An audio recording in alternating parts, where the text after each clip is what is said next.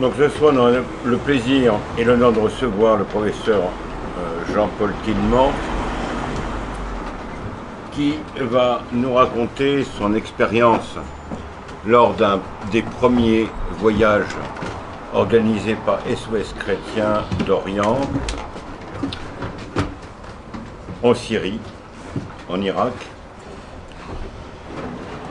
Et il ne faut pas oublier que même le Liban, c'est une terre sainte.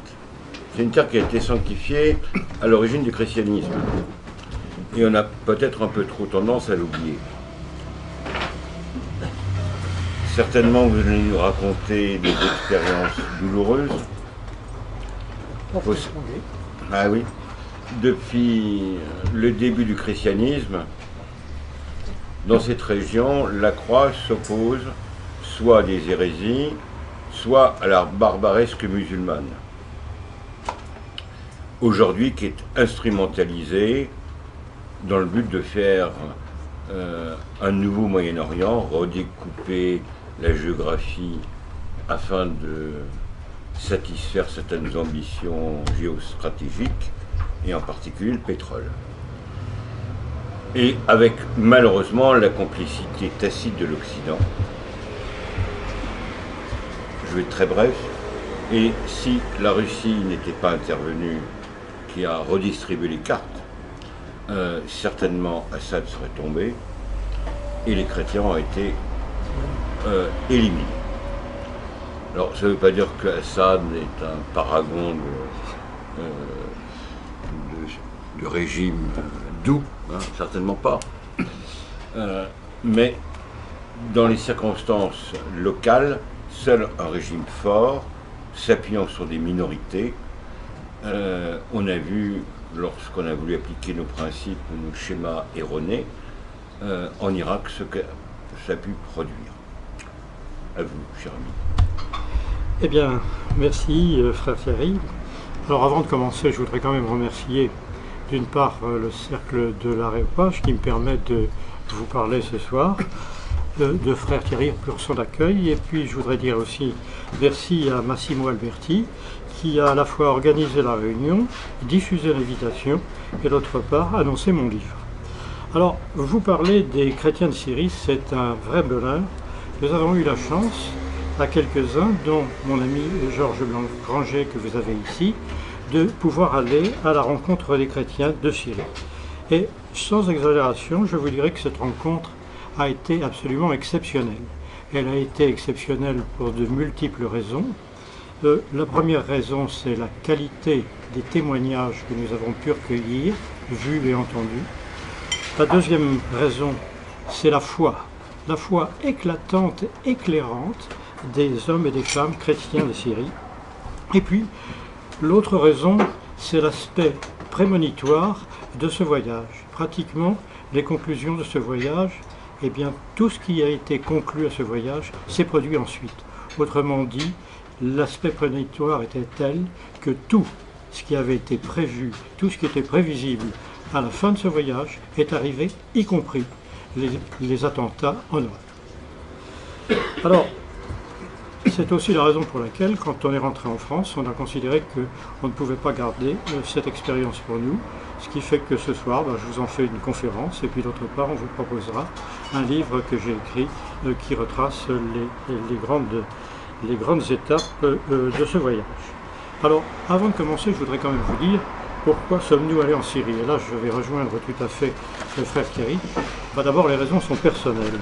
Les raisons sont personnelles et d'abord, ce qui nous a le plus choqué, c'est finalement ce massacre systématique, rationnellement organisé de tous les Syriens, sans distinction, à partir du moment où ils s'opposent, où ils refusent l'islamisme radical. Ce qui veut dire que bien sûr, c'est l'élimination des chrétiens, mais aussi de toutes les autres religions, y compris les minorités musulmanes. Ça, c'était la première chose. Et puis la deuxième chose qui nous a tout à fait frappé aussi, c'est la sauvagerie du massacre. Sauvagerie du massacre qui est d'abord une extermination des vivants, nous allons en parler, on tue les hommes, on ne fait pas de prisonniers, mais plus qu'une extermination, c'est une éradication. C'est-à-dire qu'après avoir tué les gens, on détruit tout ce qui fait leur culture, tout ce qui fait leur fondement, c'est-à-dire les églises, les tombes. Et je veux vous parler des tombes parce que, bon, on a des souvenirs de la Deuxième Guerre mondiale, mais là, c'est encore pire, me semble-t-il. Les djihadistes vont dans les cimetières et brisent les croix des tombes. On en est là.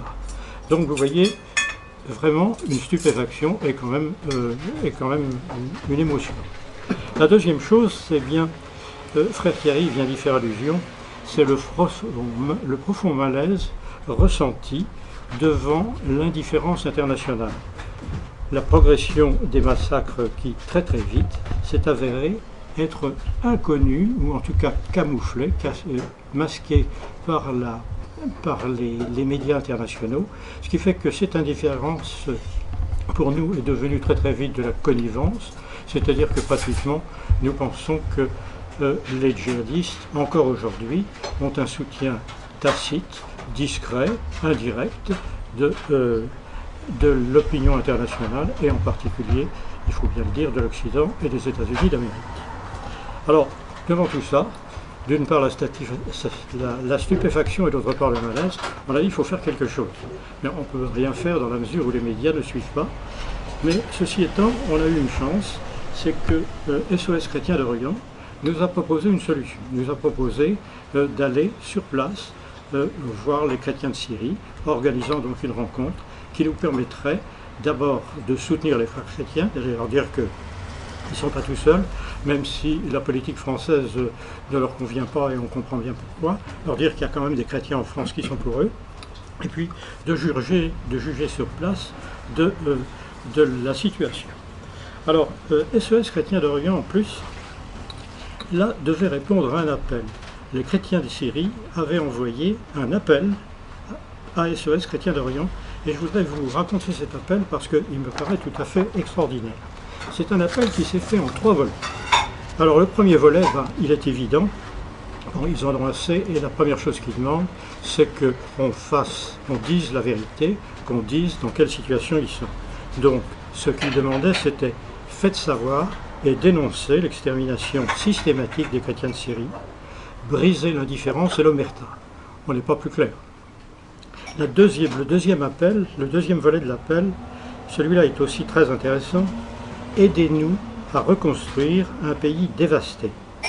En allant en Syrie, nous avons rencontré des résistants au sens de la Deuxième Guerre mondiale, c'est-à-dire des gens qui ne veulent pas partir, qui ont décidé de rester en Syrie, qui ont décidé de rester, de se battre et de conserver autant que faire se peut leur terre. Donc, si vous voulez, pour ces résistants, il n'est pas question de partir, et même pour eux, ce serait un abandon. Alors, je vais être tout à fait clair, ça ne veut pas dire qu'il faut mésestimer les réfugiés, je crois qu'au contraire, il faut les aider beaucoup, mais il y a une autre catégorie de Syriens qui est sur place et qui veut se battre sur place. Alors, on comprend très, très bien leur décision et leur détermination. Dès qu'une ville qui a été prise par Daesh ou par les djihadistes est libérée par l'armée syrienne, eh bien, immédiatement, ils la reconstruisent à l'identique. Et je pense que vous en avez un exemple tout à fait récent que nous n'avons pas connu, mais celui de Palmyre, où on pense déjà à reconstruire les ruines de Palmyre. Autrement dit, on veut retrouver l'état antérieur. Ce qui veut dire aussi que, par exemple, ils ont besoin d'argent. Et ils reprennent des dons, mais ces dons sont destinés à reconstruire leur pays, entre autres, en faisant travailler l'industrie locale. Parce que bien sûr, il y a un taux de chômage absolument énorme en Syrie, c'est le blocus économique. Par conséquent, avec cet argent, ils paient des industries locales pour refaire démarrer donc l'économie.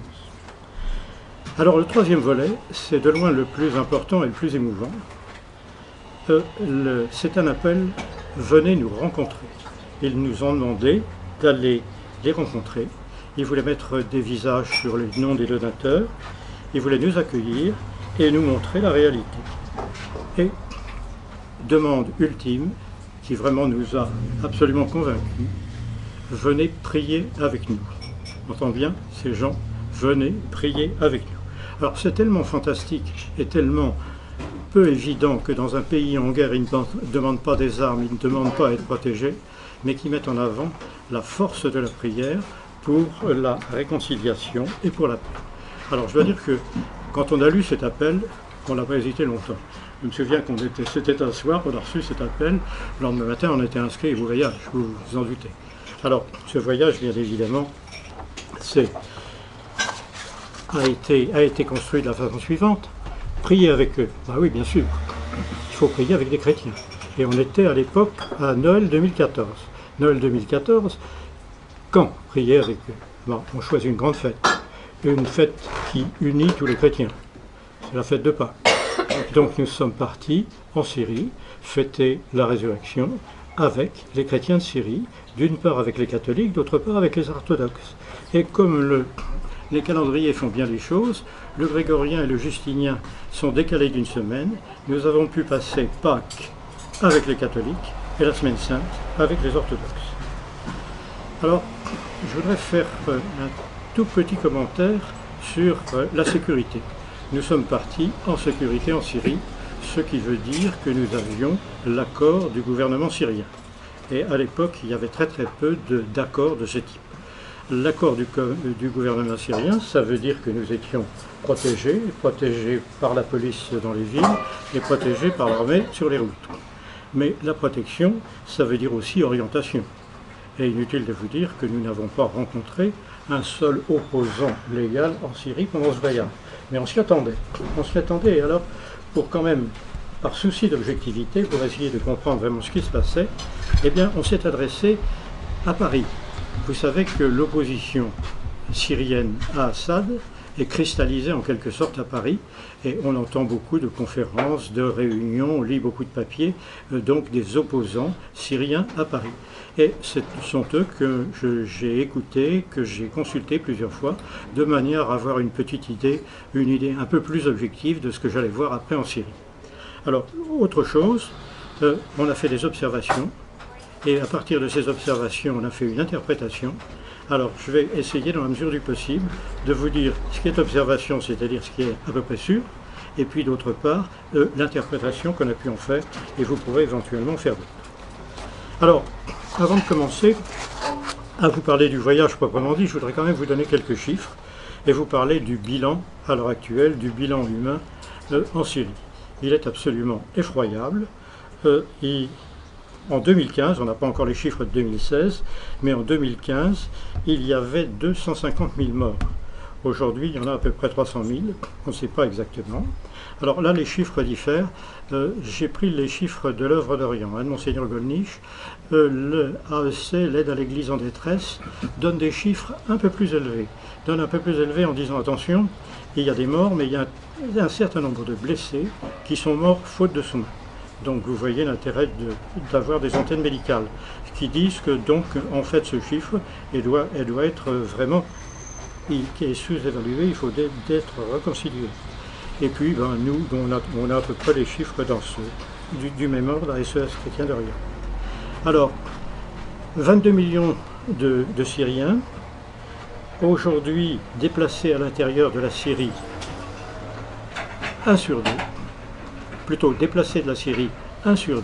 Ça veut dire qu'un Syrien sur 2 a dû quitter sa maison et son emploi, soit retiré à l'intérieur de la Syrie, soit à l'extérieur de la Syrie. Et là, vous savez qu'il y a des réfugiés syriens en Turquie. Il y en a 2 millions. D'ailleurs, la communauté européenne paye très cher pour leur entretien. Au Liban, en Jordanie et en Europe. Alors, 2 chiffres qui font quand même frémir. Les chrétiens de Syrie. Il y avait 2,5 millions de chrétiens en Syrie il y a 10 ans. À l'heure actuelle, il n'y en a plus que 500 000, il n'y en avait plus que 500 000 en 2015. Donc il y a une diminution qui est une diminution constante. Et ce qui est gravissime, c'est que cette diminution va arriver au seuil de l'irréversibilité. Si on a moins de 2% de chrétiens en Syrie, on est sûr que le christianisme disparaîtra. Donc, le problème est urgent, le problème est véritablement très grave. Alors, j'en ai fini des commentaires généraux. On part en Syrie. Alors on part en Syrie, bien sûr on part par Beyrouth, puisque vous savez que la Syrie est isolée au plan diplomatique. On part par Beyrouth et on prend le bus pour arriver à Damas. Alors on arrive à Damas de nuit. Et il fait vraiment nuit. c'est la nuit noire, pour une raison très simple, c'est le couvre-feu. La capitale de la Syrie est sous couvre-feu. Pourquoi? Les snipers, les attaques de mortier, et c'est pas la peine de donner des cibles aux djihadistes. Par conséquent, il n'y a pas de lumière. Il n'y a pas de lumière, mais c'est l'Orient. Et j'espère vous montrer que les Syriens dominent, dans la mesure du possible, cette guerre. C'est que les gens, c'était un samedi soir, me semble-t-il, les gens sont dans la rue. Vous savez, c'est l'Orient qui est volubile, rigolo, joyeux. Alors, des voitures partout, bien sûr des phares, des coups de klaxon. Tout le monde est heureux, mais on entend aussi, dans Damas, des détonations d'armes automatiques et des coups de mortier. Donc vous voyez d'un côté une foule qui donne l'impression de vivre à peu près normalement, et puis d'autre part, la guerre. Et alors la guerre, on la voit d'autant mieux que nous sommes logés dans un hôtel. Je ne vais pas vous raconter nos détails d'hôtellerie, mais c'est un hôtel qui s'appelle l'hôtel Cham, que je connaissais bien, où j'étais déjà venu plusieurs fois avant. Et cet hôtel, c'est le grand hôtel de Damas. Il est complètement barricadé. On ne peut pas y rentrer. Et pour y rentrer, il faut passer par la porte du salon de coiffure qui est attenant à l'hôtel. Et alors là, sécuriser des portiques, tout ce que vous voudrez. Donc vous voyez, manifestement, c'est la guerre. C'est la guerre. Et le lendemain, quand on s'est réveillé, quand on a pris le petit déjeuner à un étage élevé, eh bien, on a vu que dans Damas, il y avait d'abord il y avait des fumées noires. Bon, ça c'était de la poudre, il n'y avait pas de problème. Il y avait donc des incendies, des fumées noires. Et puis d'autre part, on entendait des coups, des détonations. Donc vous voyez, la guerre est là et le peuple syrien vit comme ça. Alors, on visite Damas. Comment est-ce qu'on visite Damas? Eh bien écoutez, tout le monde a entendu parler du chemin de Damas, c'est-à-dire qu'on va prendre les pas de Saint-Paul et on va franchir cette porte. Vous vous souvenez, la tradition explique que Paul, après cette vision fulgurante du Christ, est presque aveugle et il est porté par ses compagnons et il entre dans Damas. Il entre par la porte de Damas, d'où il ressortira d'ailleurs, mais en cachette, parce que ses compagnons initiaux sont devenus ses ennemis. Alors cette porte de Damas, elle est intéressante parce que d'abord elle a été restaurée, et elle a été transformée en chapelle. C'est une chapelle très simple, mais avec un certain nombre de tableaux qui rappellent la vie de Saint Paul.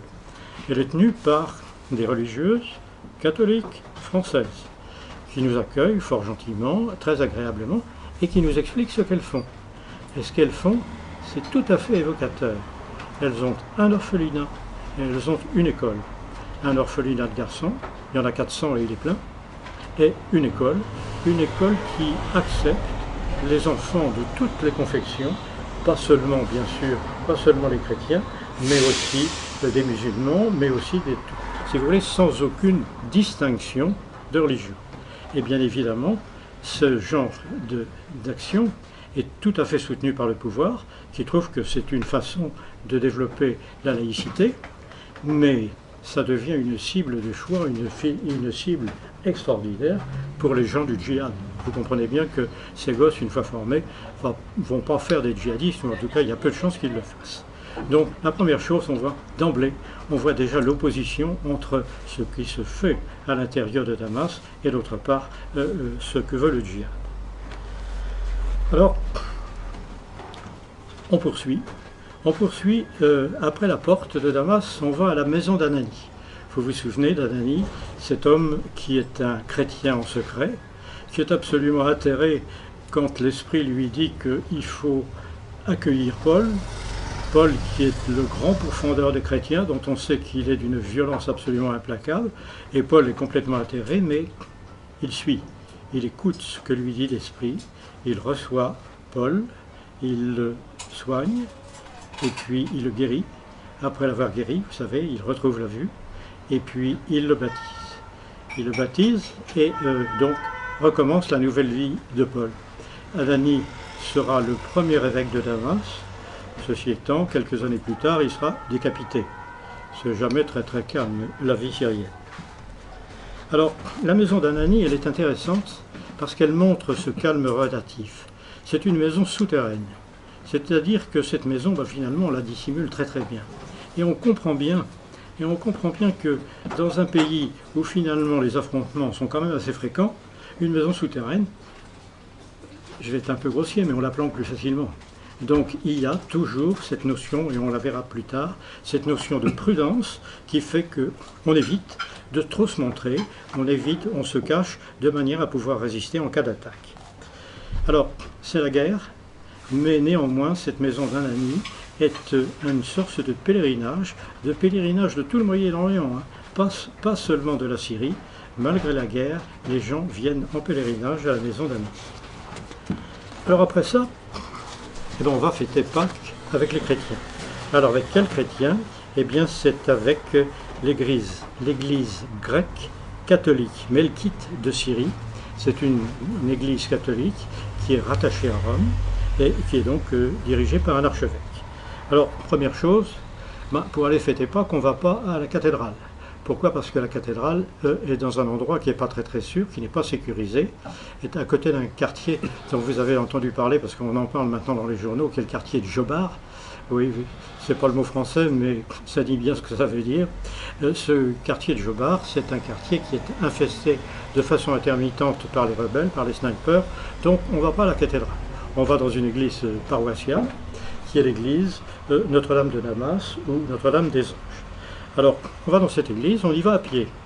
C'est intéressant parce que quand on arrive devant l'église, la rue est déserte. Ah, il n'y a pas un chat. La police a fait son boulot, c'est-à-dire que la rue est absolument libérée, sécurisée, et on arrive, on était pratiquement les seuls, on se demandait ce qui se passait. Mais la rue est vide, mais le parvis est plein. Le parvis est plein, et plein de qui? Par des jeunes scouts, des garçons et des filles, tous plus sympas les uns que les autres, qui nous accueillent chaleureusement, une double haie d'honneur. Bon, ils font la quête pour leur petite balade dominicale de temps en temps, mais vraiment des enfants qui sont joyeux, heureux de vivre et qui respirent le bonheur. Bon, ceci étant, quand on regarde un peu sur les parois de l'église, il y avait 3 affiches avec des portraits de jeunes garçons souriants. Ce sont 3 garçons qui ont été assassinés par Daesh.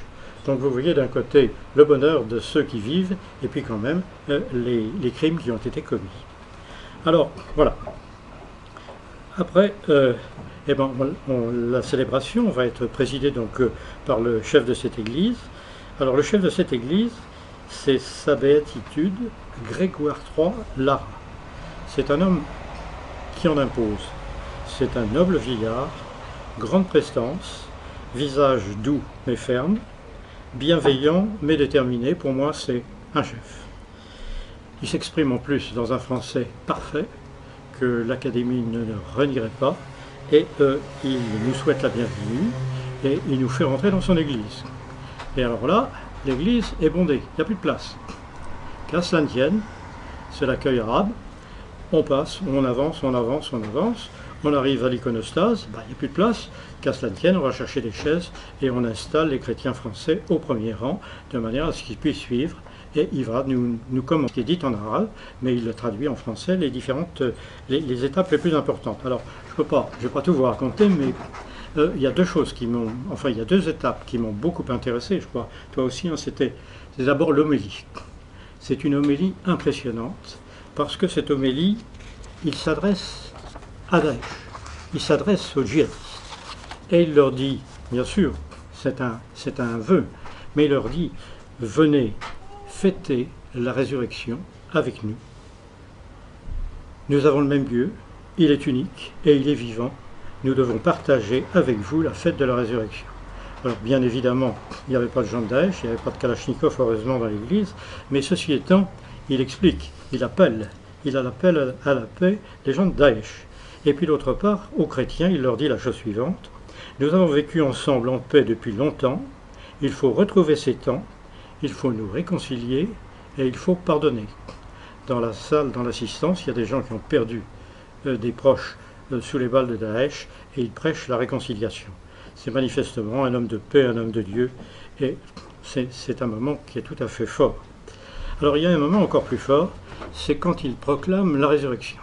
Alors il proclame la résurrection en toutes les langues, et puis les fidèles applaudissent, et puis après il la proclame en arabe. Alors je ne parle pas l'arabe, mais j'ai encore en tête les cris de ces fidèles au moment de proclamer la résurrection. Si vous voulez, c'est à peu près comme ah ah ah ah. Bon, moi, comme je ne sais rien, je me suis dit que c'était Alléluia. Et je crois qu'on n'est pas loin. Mais alors, 3 fois de suite. Donc le Christ ressuscité, il est vraiment ressuscité. D'accord, alors c'est comme. Tous les chrétiens d'Orient, il y avait l'histoire. Alors, vous voyez, je vais vous rejoindre parce que très clairement, ils le crient 3 fois de suite, mais vraiment, toute l'Église, tous les fidèles crient, mais ils crient avec leurs tripes. Hein, et c'est ce cri qui sort vraiment qui sort du cœur de chaque terre, 3 fois de suite. Et alors bon, les murs vibrent, et nous avec.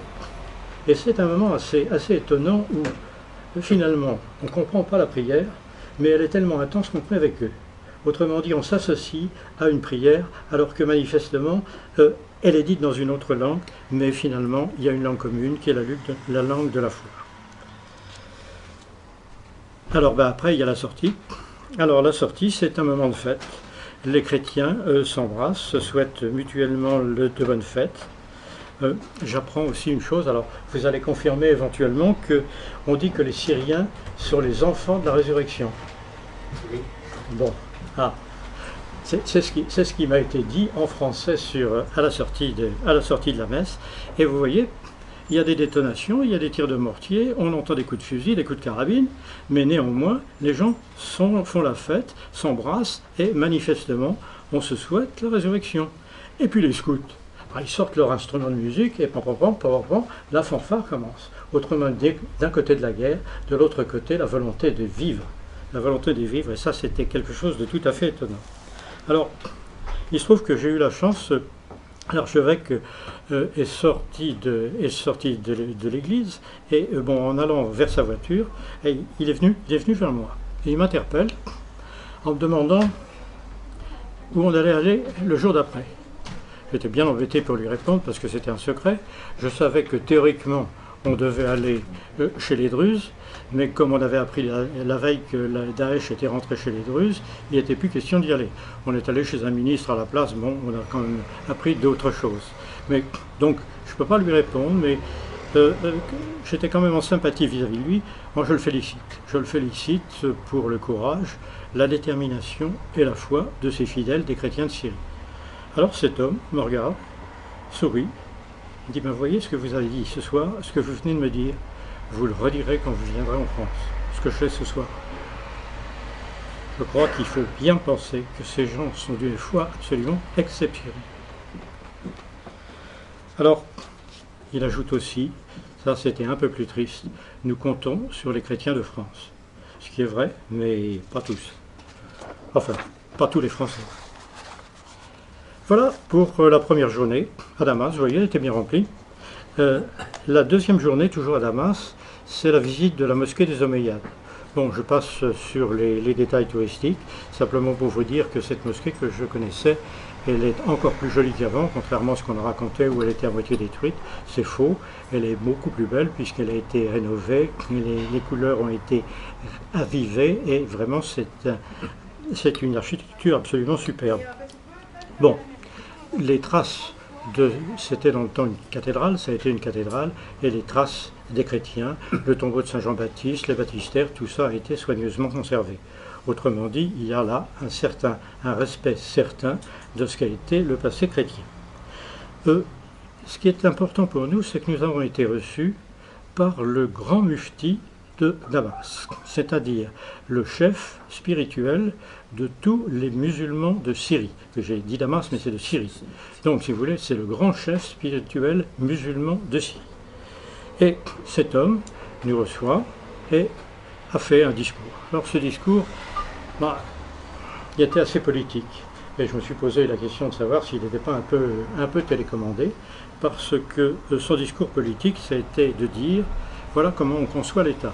L'État doit être laïque, c'est-à-dire qu'il ne doit être ni juif, ni musulman, ni chrétien, ni d'une autre religion. Il doit être laïque, c'est-à-dire accepter toutes les religions et les soutenir. Et d'ajouter, il n'y en a qu'un à l'heure actuelle qui le fait, c'est notre président, c'est pour ça qu'on le défend. C'est une logique absolument imperturbable. Bon, et de dire aussi, il y a eu des élections, il a été élu au suffrage universel, et on comprend bien pourquoi. Par conséquent, nous le reconnaissons. Et vous voyez, ça c'est le langage des sunnites modérés, tout à fait gouvernement compatible, si j'ose dire, c'est-à-dire qui acceptent les autres religions et qui acceptent donc le dialogue interreligieux. Alors cet homme, il est intéressant parce que il a voyagé et il est venu à Paris. Il est venu à Paris, alors il a fait beaucoup il a fait beaucoup de rencontres, mais il en a fait deux qui sont intéressantes. La première, c'est à la Grande Mosquée. La première, à la Grande Mosquée, où il a été prêché. Et là, il a été pris à partie.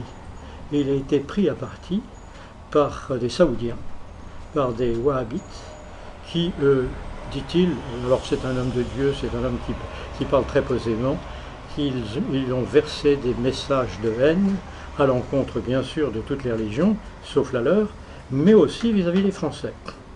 Et semble-t-il, dans la Grande Mosquée, on dit du mal et on incite à la haine, à la destruction des Français. Et alors cet homme, dire, qu'est-ce que vous attendez pour les chasser? Malheureusement, on n'avait pas de ministre français avec nous ce jour-là. Mais manifestement, il y a une logique dans tout ça. Alors la deuxième chose, c'est que, il a été reçu chez nous aux affaires étrangères. Bon, les relations diplomatiques sont coupées, mais il y a encore des relations d'administration à administration. Alors il a été reçu aux affaires étrangères et il a expliqué comment il concevait l'islam et il a proposé au gouvernement français de fabriquer, d'éduquer des imams comme lui, de manière à pouvoir les utiliser après les apporter à la France. Et alors la réaction du gouvernement français, il faut bien le dire, a été d'une hypocrisie sans nom, parce qu'ils ont dit oui, on est d'accord, mais au préalable, vous condamnez votre président. Oui, alors condamner le président, ça veut dire qu'il était en tôle à la descente de l'avion et qu'il n'aurait jamais pu faire ça. Mais c'est une idée qui est intéressante et qui, si vous vous en souvenez, a été reprise par les Marocains et je crois aussi par les Algériens qui cherchent à faire des imams, je n'oserais pas dire à la française, mais qui soient compatibles avec la civilisation occidentale. Alors bon, c'est un homme de foi qui nous serre la main chacun et qui nous a donné un chapelet, le chapelet qu'il avait à la main. Et je pense que son témoignage, bien que téléguidé vraisemblablement par le gouvernement, est un témoignage vraiment important et qui va nous montrer quand même les rivalités entre musulmans. On l'a prié de déguerpir. On l'a prié de déguerpir ce qu'il a refusé. On l'a empêché de prêcher à la Mecque. Et on voit bien l'Arabie Saoudite, les Wahhabites, pas question qu'un homme qui est modéré puisse aller prêcher à la Mecque. Alors bon, il n'a pas prêché à la Mecque, mais ce qui est beaucoup plus grave, c'est que pour le punir de ne pas être parti, ils ont pris son fils, ils l'ont torturé, ils l'ont égorgé, et puis ils ont fait une vidéo de tout ça qu'ils ont envoyée au père. C'est pour dire que il y a certainement des gens violents, des sanguinaires des deux côtés, mais ceux-là ne sont pas en reste. Hein. Ce sont vraiment des assassins. Alors, incidemment, ça veut dire aussi qu'il y a une guerre interne à l'Israël. Alors, ce qui est intéressant, c'est qu'il n'est pas venu tout seul. Il est venu avec le patriarche orthodoxe de Syrie. Et alors, c'est très très très intéressant parce qu'il est rentré donc dans la salle, je n'en ai pas encore parlé, et il a mis à sa gauche le patriarche orthodoxe de Syrie et à sa droite le responsable des SOS chrétiens d'Orient. Ce qui montre bien les relations très très profondes qu'il y a avec les hommes d'église syriens et cette association. Et alors, il dit, oui, vous comprenez, en venant, je suis passé et je suis venu avec mon cousin. Le patriarche orthodoxe, son cousin, honnêtement, c'était trop beau. Hein.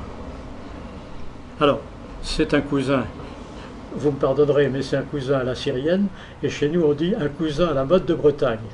C'est-à-dire que ce sont des gens qui se connaissent, qui sont quasiment du même bord, qui pensent la même chose, mais pas forcément des gens de la même famille.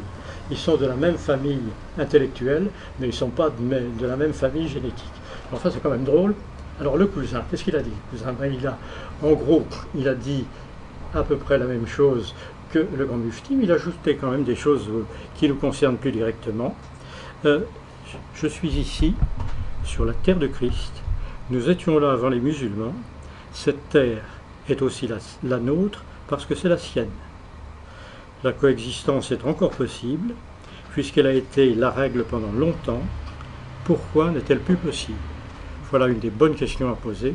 Pourquoi est-ce que la coexistence a été brisée et maintenant est rendue aussi difficile? Qui est derrière cette suppression de la coexistence et de démolition de la coexistence? Alors lui aussi, on a voulu l'exiler.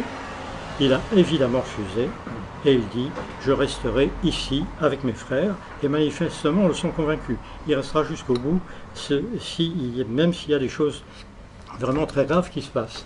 Et alors ce qui est intéressant, c'est que il y a maintenant quelques mois, donc nous ne l'avons pas entendu, mais de l'église orthodoxe syriaque, il y a un autre patriarche qui, il y a quelques semaines, a déclaré une chose qui est affreuse mais tellement claire. Je vous la lis. Notre sang vaut moins cher que leur pétrole. Notre sang, leur pétrole. Je crois que ça veut tout dire. Ça veut dire que les êtres ne comptent pas devant l'appât, la convoitise du pétrole. Alors voilà, vous voyez, le séjour à Damas, bien que résumé, a été quand même relativement dense. Et alors là, maintenant, je vous emmène à un autre lieu de pèlerinage, qui est sur la route de Latakia, qui est au nord de Damas, le long de la frontière libanaise, et qui est le monastère de Sednaya. Le monastère de Sednaya, c'est un monastère où on vénère la Vierge Marie. Alors il la porte la Chagoura, vous êtes d'accord? Je ne suis pas syrien. Ah bon? Ah bon? Je suis égyptien. Bon, d'accord.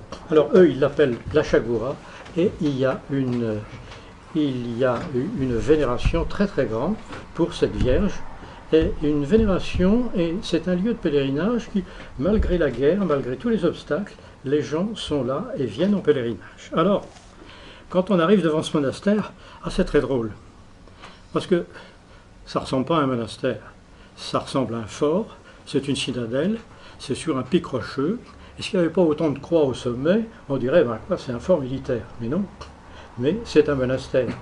Et on retrouve là la prudence de tous ces Syriens, la prudence qui fait que ce monastère, il est très très facile à défendre. Il n'y a qu'une seule porte qui est toute petite. Et bon, alors si vous voulez, elle a deux significations, la porte. D'une part, une signification symbolique, puisqu'on vient vénérer une icône, puisqu'on vient vénérer la Vierge, eh bien on s'abaisse en signe d'humilité, on est obligé de courber l'échine pour rentrer dans le monastère. Et puis alors il y a l'explication beaucoup plus pragmatique, c'est qu'elle est très très très facile à boucher, c'est-à-dire que s'il y a des assauts des djihadistes, on la ferme beaucoup plus rapidement. Mais vous voyez toujours cette prudence qui n'empêche pas la foi, mais qui fait qu'on fait quand même très attention à ce qui va se passer. Alors on est reçu comme c'est toujours, à toutes nos visites, on a toujours été reçu de façon très personnalisée par les autorités militaires, les autorités civiles et bien évidemment les autorités religieuses. Et chacun nous a serré la main. On n'était pas beaucoup, on était 30. Mais on a eu donc un accueil tout à fait personnalisé. Bon, des militaires, il y en a pas mal, vous vous en doutez. Et puis on a été reçu donc par la mère supérieure. Cette mère supérieure, c'est vraiment l'hospitalité orientale. On entre dans un petit salon, il y a tout un tas de friandises, du café, du thé, et puis on commence à parler. Alors il nous explique, et on recommence ce qui se passait à Damas, à la porte de Damas, c'est-à-dire que c'est un orphelinat de filles, et une école multiconfessionnelle. Donc vous voyez là encore une cible absolument privilégiée pour Daesh, parce que là, on travaille pour l'avenir, et pour un avenir qui ne passe pas par le djihad. Alors, elle nous explique tout ça, et après, elle nous fait visiter le sanctuaire. Alors ce sanctuaire, il est très très émouvant, car il est autour d'une icône qui est vénérée, une icône de la Vierge, qui est vénérée depuis des temps très anciens, puisque cette icône est attribuée à Saint Luc. Je ne sais pas si vous vous souvenez, mais on lisait ça dans le catéchisme, et Saint Luc avait fait deux icônes, l'une est à Bologne, en Italie, et l'autre est là en Sednaya. Et cette icône, elle est vénérée par les Syriens, mais aussi par tout le Moyen-Orient. Malgré la guerre, malgré les dangers, les gens viennent.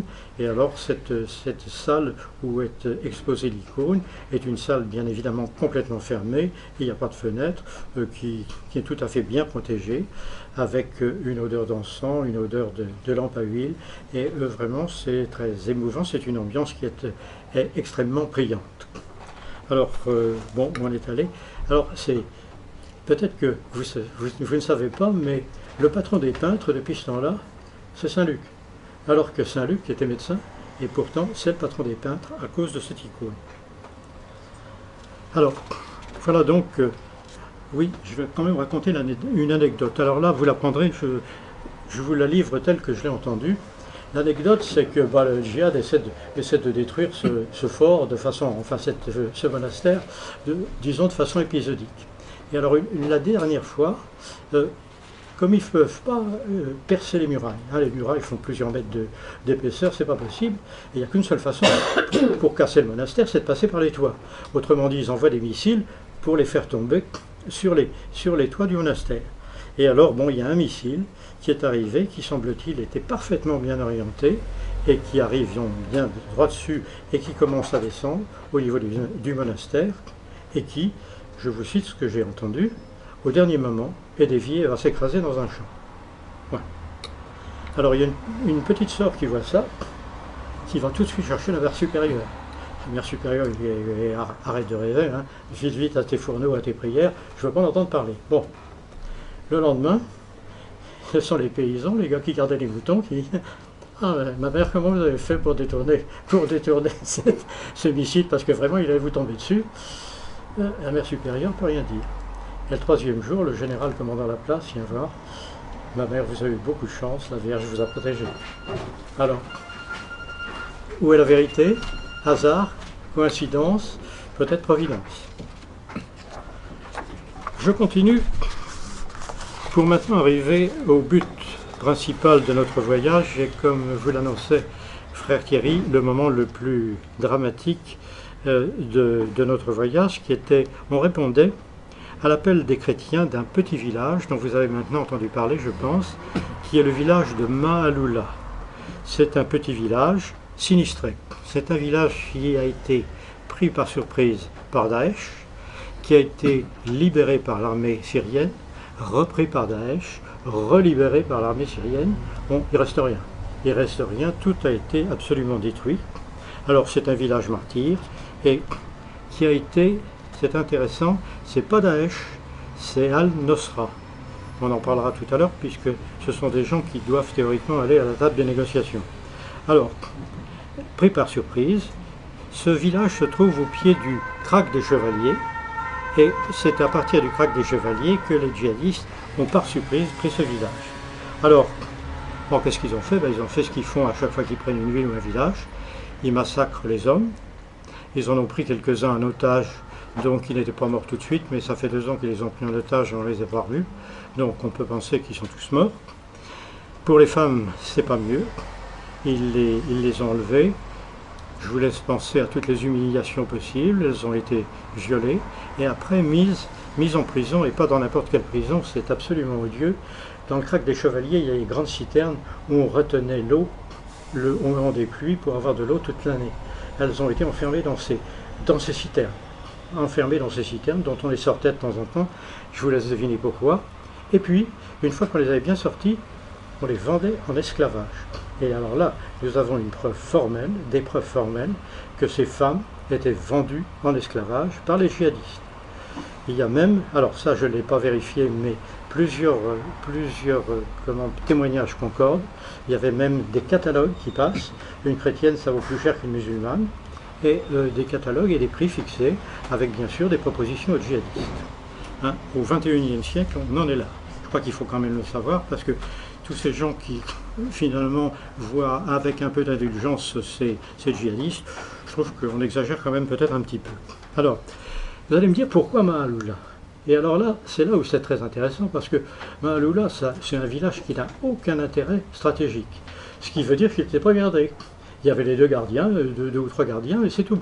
Il n'était pas gardé puisqu'il n'avait aucune importance. mais si, il a une importance symbolique énorme, 75% de chrétiens, et d'autre part, c'est un des derniers villages où on parle l'araméen et on dit la messe en araméen. Vous savez qu'aujourd'hui, il y a une autre grande ville où on parlait l'araméen, je ne sais pas si on le parle encore, c'est Palmyre. Donc, vous voyez, hautement symbolique, éradiquer, détruire les racines du christianisme. Alors, bon, les prêtres de Malula nous accueillent, d'une part le patriarche orthodoxe, et puis d'autre part le prêtre catholique. Et alors le prêtre catholique, il est bien connu en France, il s'appelle le père Toufik, peut-être que vous en avez entendu parler.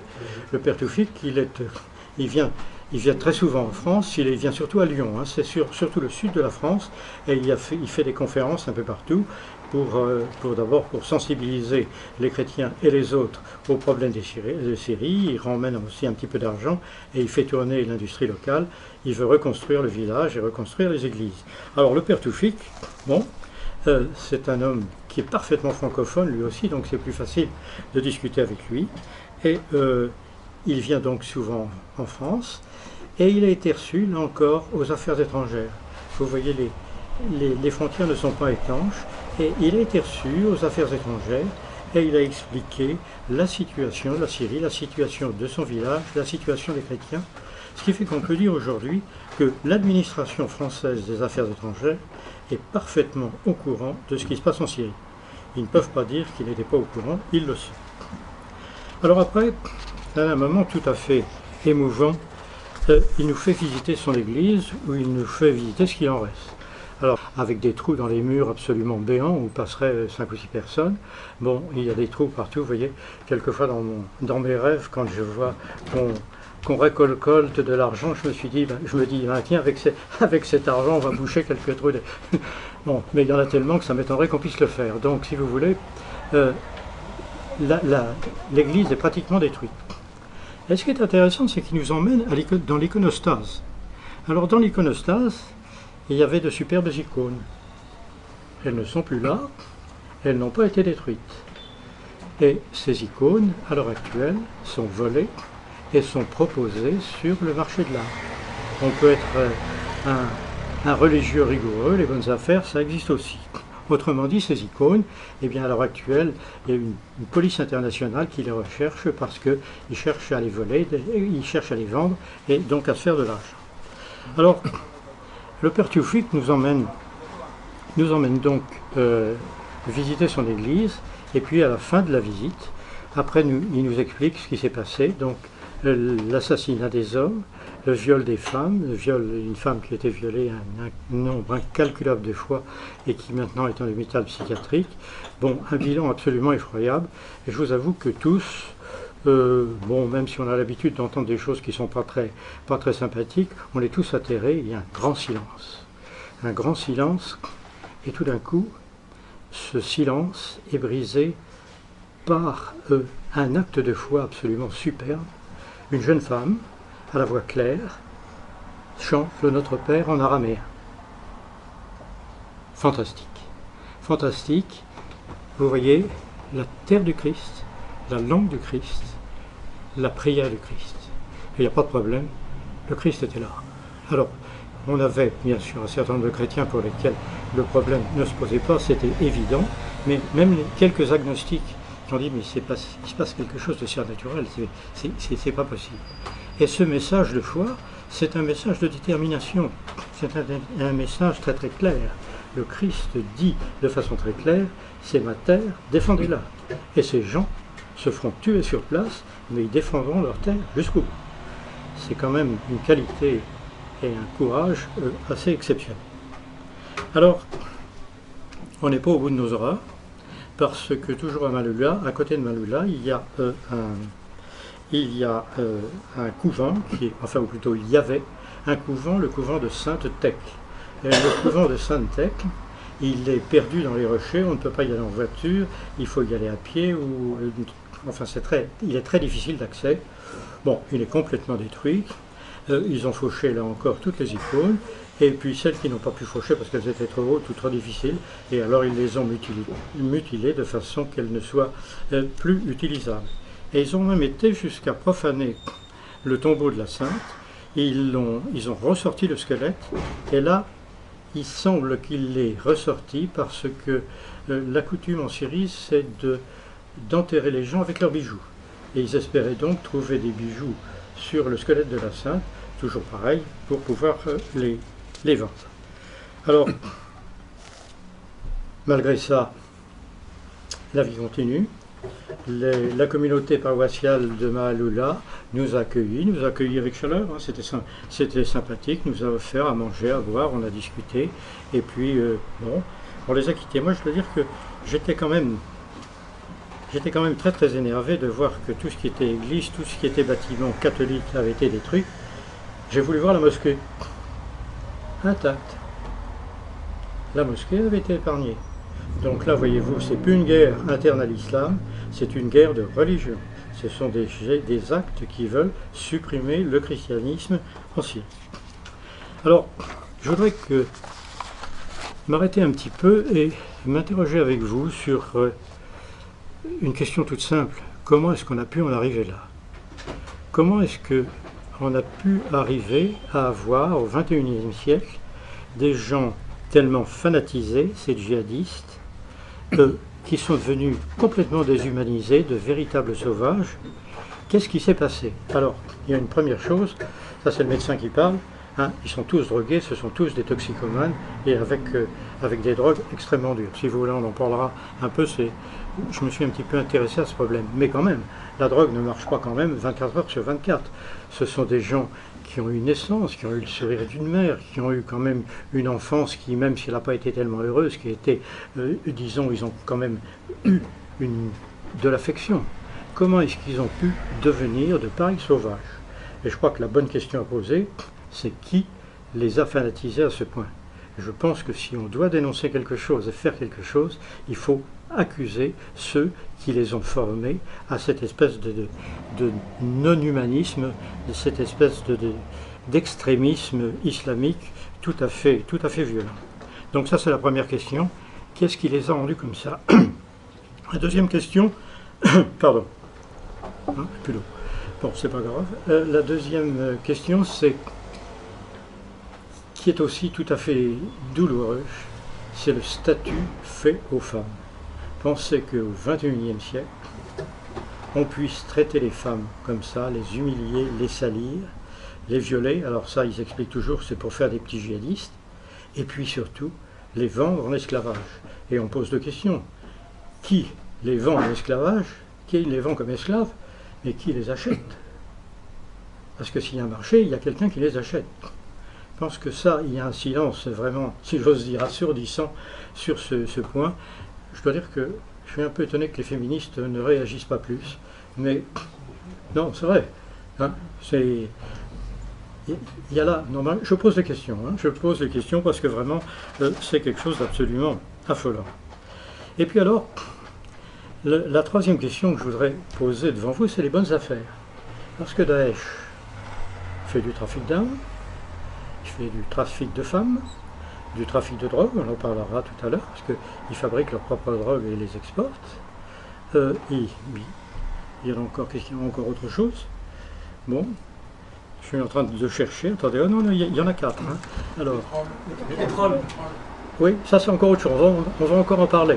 C'est vrai que... L'archéologie? Oui, oui, mais... et puis non, les icônes. Les icônes. Autrement dit, vous voyez la drogue, les armes, les femmes, le marché de l'art, ça signe. Alors c'est une interprétation, je peux me tromper, mais ces gens-là maintenant appartiennent à des groupes mafieux internationaux. Je crois qu'il n'y a pas à discuter, si vous voulez, on n'a que des preuves indirectes, mais je pense que ce sont des mafias internationales, et ce qui explique d'ailleurs pourquoi Daesh résiste à toutes les attaques. Hein. Ils résistent tout le temps parce qu'ils ont énormément d'argent et ils peuvent donc toujours repartir. Et alors le dernier point, qui est quand même aussi très troublant, c'est que vous savez qu'à l'heure actuelle, fort heureusement, on parle de paix et on parle donc de négociation. Alors, disons qu'on blanchit en quelque sorte Al-Nosra ceux qui ont sévi à Maaloula, pour en faire non plus des djihadistes, mais des rebelles syriens, c'est-à-dire des gens qui ne sont plus relevant de l'islamisme radical, mais de la lutte anti-Assad. Et on fait la jonction entre les deux, qui est très pervers mais très malin. Donc, est-ce que ces gens-là, vraiment, vont pouvoir apporter quelque chose de bon dans les négociations internationales? Je ne réponds pas, mais je pose la question. Bon. Je laisse passer les poubelles. Alors, j'ai encore une toute petite chose à vous dire. C'est une expérience que nous avons eue dans une petite ville chrétienne, en allant vers Latakié, une petite ville orthodoxe chrétienne qui s'appelle Mativa.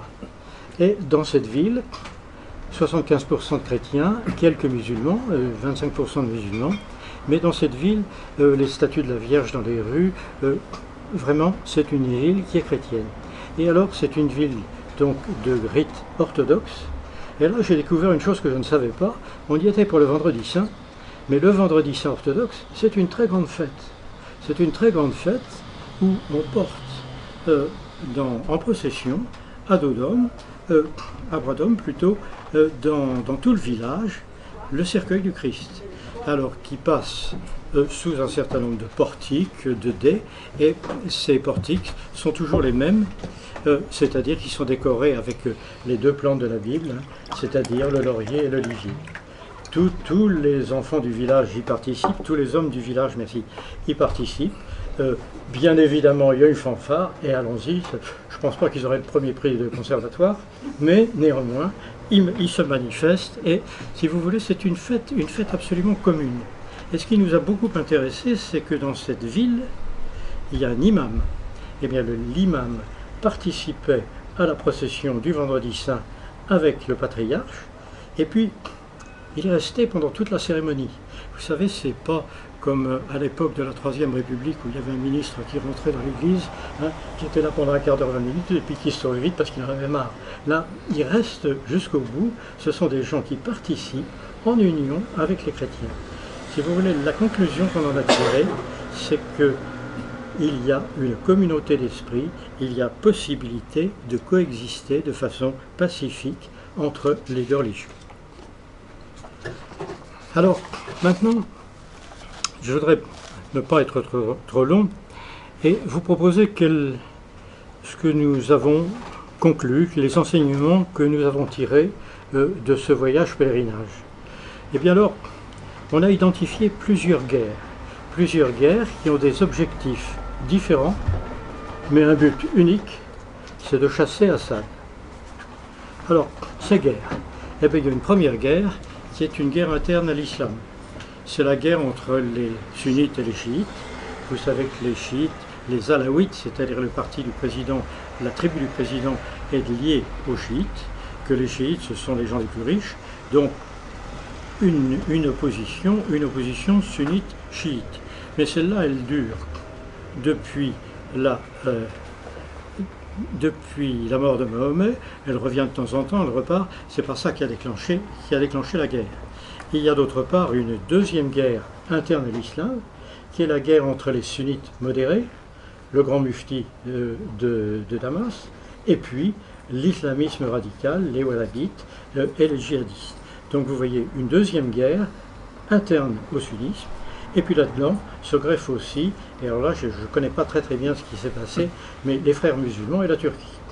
Donc vous voyez une guerre interne à l'islam. La deuxième guerre, eh bien, je pense vous l'avoir prouvé avec Maaloula, c'est la guerre de religion, c'est la suppression de toutes les religions qui ne reconnaissent pas, qui ne veulent pas se soumettre à l'islamisme radical. La troisième guerre que nous avons vraiment bien observée, c'est que tous les Syriens que nous avons rencontrés, sans exception, aussi bien à Paris qu'en Syrie, tous sont pour la paix. Aucun d'entre eux ne veut la guerre. Alors c'est sûr qu'on n'a pas rencontré des djihadistes, peut-être qu'à Nice il y en avait, mais bon, manifestement, les Syriens veulent la paix et expliquent que la guerre leur a été imposée, c'est-à-dire que la guerre a été importée. est d'aller un tout petit peu plus loin en expliquant que ce sont les grandes puissances qui se font la guerre par Syrie, Irak interposés. Autrement dit que c'est une lutte entre, disons, comme ça entre guillemets, l'Occident, les USA, l'Arabie Saoudite, les Émirats d'un côté, et en face, l'Iran, la Russie, la Syrie. Et donc, si vous voulez, les deux blocs qui s'affrontent. Et ce qui n'était pas du tout évident quand on est rentré de Syrie, l'est aujourd'hui, puisque vous avez bien vu que dans un certain nombre d'étapes de la guerre, les Russes ont apporté des chars ultramodernes et sophistiqués qui ont été immédiatement détruits par des armes non moins sophistiquées qui manifestement étaient américaines, que les Russes ont rapporté d'autres armes, et ainsi. Bon, la Syrie est considérée comme un champ d'expérimentation des nouvelles armes des deux grandes puissances, les deux blocs. Alors donc, guerre importée. Et alors, il y a aussi autre chose. Alors, c'est un officier de renseignement qui nous l'a dit, donc c'est peut-être sujet à caution, mais un officier de renseignement qui a interrogé les prisonniers djihadistes. Il a dit, mon premier problème, c'est qu'ils ne parlent pas arabe. Autrement dit, ce ne sont pas des Syriens. Ce sont des gens qui viennent du Pakistan, du Yémen, d'Afghanistan, mais ce sont manifestement des légionnaires, des mercenaires, bon, généralement des mercenaires envoyés par le Qatar, envoyés et payés par le Qatar, et qui font la guerre. Autrement dit, ce n'est plus une guerre, comme on l'a dit trop souvent, une guerre entre Syriens, une guerre civile, c'est une guerre internationale et importée donc par les grandes puissances. Alors, j'en viens à ce que vous disiez tout à l'heure, parce que c'est évident. Le dernier aspect, le quatrième aspect de la guerre, c'est la guerre économique et la guerre politique. Alors la guerre économique, c'est pas mon sujet de ce soir, mais que je l'évoque quand même, le pétrole. Le pétrole, il est certain qu'il y a en Syrie des réserves de pétrole qui ne sont pas utilisées et qui ne sont pas encore mises en service. Il est certain aussi que dans les Émirats, en Arabie Saoudite, les réserves de pétrole s'épuisent. Donc le pétrole syrien est convoité. Alors, il est convoité, c'est-à-dire l'approvisionnement en pétrole. D'autre part, en l'heure actuelle, tout le monde sait que le baril du pétrole diminue beaucoup. Si on se mettait à exploiter complètement ce pétrole, eh bien, il est clair que le prix diminuerait encore et que ça mettrait en péril l'Arabie Saoudite qui, comme vous le savez, protéger les grandes puissances. On se demande pourquoi, mais c'est comme ça. Donc, les stocks de pétrole, le prix du pétrole et aussi l'approvisionnement. Et ça, c'est quelque chose qu'on a découvert, c'est que les Émirats, au lieu de faire le grand détour pour apporter le pétrole en Europe, voudraient traverser la Syrie et avoir donc un débouché direct sur la Méditerranée, ce qui leur permettrait de gagner beaucoup de temps, beaucoup d'argent aussi en frais de transport en moins, et de pouvoir inonder l'Europe. Alors le Qatar a demandé à traverser la Syrie, Assad avait refusé, et c'est aussi une des raisons pour lesquelles le Qatar est particulièrement virulent contre le régime syrien. Donc voilà pour le pétrole. Une autre raison que je viens de découvrir, que je ne connaissais pas, c'est la présence de gaz. La présence de gaz sur toute la rive sud de la Méditerranée. Et quand vous regardez bien, Israël commence à exploiter le gaz, l'Égypte commence à exploiter le gaz, le Liban aussi. Bon, il y a des réserves de gaz absolument énormes en Syrie. Et bien évidemment, c'est une convoitise. C'est une convoitise et je pense que c'est aussi une des raisons pour lesquelles les Émirats font à l'heure actuelle la guerre en Syrie. C'est pour prendre. Alors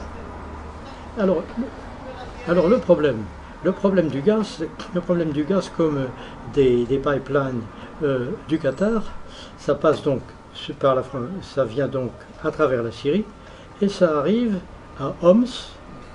Je ne sais pas si vous avez remarqué, mais Homs résiste toujours. Les djihadistes veulent tenir Homs parce que c'est un point central, névralgique pour le circuit des oléoducs. Et puis pas de chance, l'oléoduc après, il arrive à Tartous. Tartous, c'est la seule base russe de la Méditerranée. C'est une base qui est vraiment très très active, où il y a beaucoup de militaires. Vous avez vu d'ailleurs que le premier geste des Russes quand ils sont entrés dans la guerre, ça a été de consolider, de faire un aéroport. D'autre part, Les Russes sont orthodoxes, les Syriens aussi. Il y a une communauté russo-syrienne qui s'est fondée. Il y a eu beaucoup de mariages mixtes entre Russes, mariages orthodoxes, entre Russes et Syriennes, c'est-à-dire qu'il y a une forte communauté. Donc, si vous voulez, intérêt stratégique, mais aussi intérêt national pour les Russes à conserver et à défendre bec et ongle. Ce qui fait que vraiment, la situation est assez inextricable parce que le djihad veut des choses que les Russes ne leur donneront jamais. Alors, bon, il y a aussi le fait que cette guerre supprime une des ressources principales, pas la principale, mais une des grandes ressources de la Syrie, qui était le tourisme. Ben, vous comprenez bien que dans ces conditions, le tourisme est quand même en veilleuse, quoique il est en train de repartir. On a vu un jeune ministre du tourisme parfaitement dynamique, et il remplit quand même quelques-uns de ses hôtels sur la rive méditerranéenne.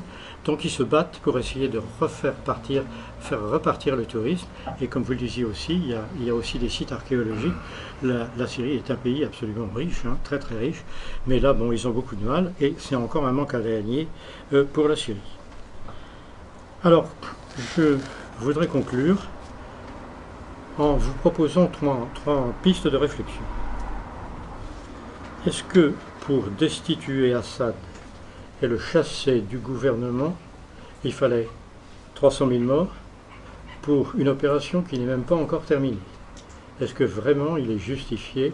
Est-ce que vraiment on peut accepter ce massacre pour uniquement déposer un homme et un système?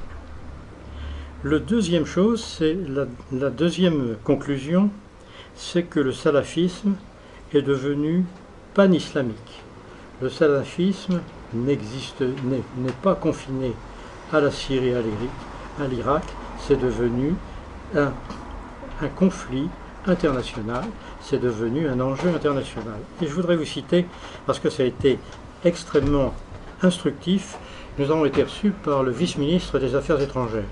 Alors, un diplomate chevronné, parfaitement francophone, ayant fait ses études de droit à Bordeaux, fort intelligent et tout à fait rompu à la discussion. Il a répondu à toutes les questions qu'on lui posait. Il y en avait même quelques-unes qui étaient un peu stupides, mais il a répondu à tout. Mais quand on est parti, il nous a dit ceci, et il a dit à chacun d'entre nous, protégez-nous aujourd'hui pour vous protéger demain. Protégez-nous aujourd'hui pour vous protéger demain. Ouais. 15 jours après notre rentrée de Syrie, on apprenait l'attentat raté à Villejuif. Et cerise sur le gâteau, 8 jours après, on apprenait que la décision avait été prise en Syrie et que l'ordre avait été prise en Turquie et que l'ordre avait été lancé en Syrie. C'était vraiment tout à fait. C'est pour ça que je vous disais que ce voyage était prémonitoire. C'est presque caricatural. Alors la troisième conclusion, elle est pour nous tous.